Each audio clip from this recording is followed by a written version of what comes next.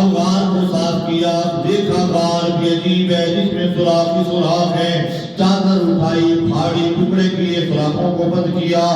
ایک سوراخ رہ گیا، ایڑی رکھ لی، سبحان اللہ، اڈی رکھ لی، حضور کو بلایا، آقا اندر تشریف لے آئے، جب میرے آقا اندر تشریف لے آئے، ادھر کوئی آ گیا۔ اب سوال یہ پیدا ہوتا ہے، وہ جو سانپ تھا اس نے باقی سوراخوں سے نہیں گیا، سانپ کو کپڑا کیا کہتا ہے؟ یہ تو کیڑیاں مکوڑے روکنے کے لیے کافی ہے،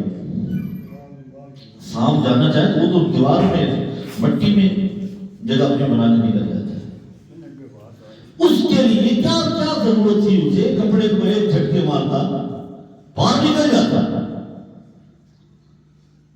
لیکن وہ آیا وہاں پہ جہاں پہ انسانی گوشت نظر آیا اسے۔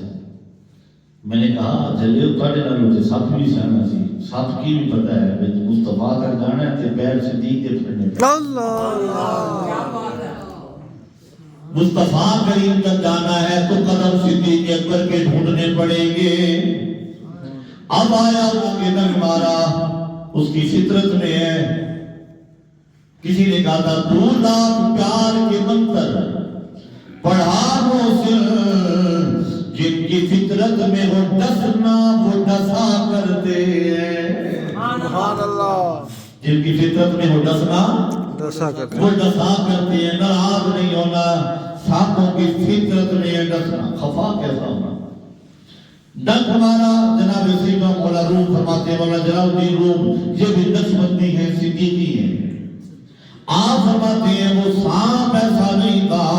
کہ صرف لوگوں کو ڈنگی مارتا رہا ہو، بلکہ وہ دیوانہ تھا، صدیوں سے انتظار میں تھا، سونا آئے گا، غار میں آئیں گے،